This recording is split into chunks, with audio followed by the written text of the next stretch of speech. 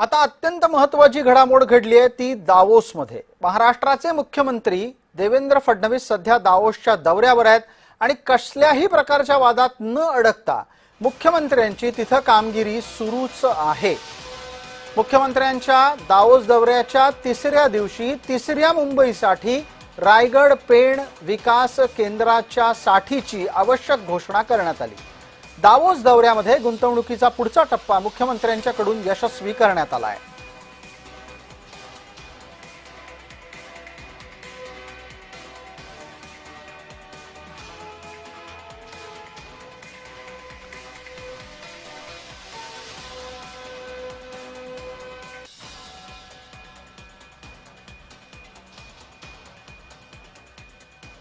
आजच जवळपास 1 लाख कोटी रुपयाच्या इन्व्हेस्टमेंट्स या सगळ्या वेगवेगळ्या कंपन्यांनी त्या ठिकाणी करण्याचा आज एमओयू केलेला आहे। हा सगळा एफडीआय आहे आणि यातनं खूप चांगल्या पद्धतीनं एक नवीन शहर तयार होईल, ज्याच्यामध्ये अतिशय चांगल्या पद्धतीचे हायब्रिड जॉब्स तयार होतील आणि याचं सगळं प्लॅनिंग करताना वॉक टू वर्कचं प्लॅनिंग आपण त्या ठिकाणी तयार केलेलं आहे।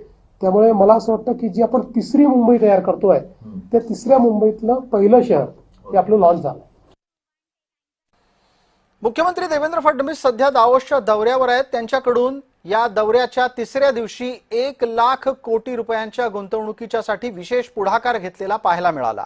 या दौऱ्यामध्ये आत्तापर्यंत झालेली घोडदौड आपण पटकन पाहणार आहोत। तिसऱ्या मुंबईच्या उभारणीच्यासाठी महत्त्वाची पावलं उचलली गेली आहेत, ज्यामध्ये रायगड पेण परिसर विकासाला वेग देण्यात आलेला आहे।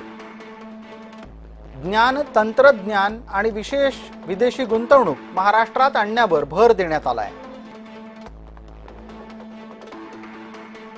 तिसऱ्या मुंबईतून पहिल्या उद्योग प्रवण शहराची घोषणा सुद्धा करण्यात आलेली आहे।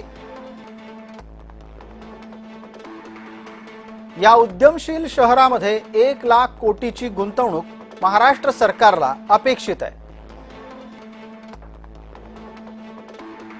घराजवळच रोजगार देऊन श्रमिकांचं जीवनमान सुधारण्याचा प्रयत्न या निमित्तानं केला जातोय, हे विशेष।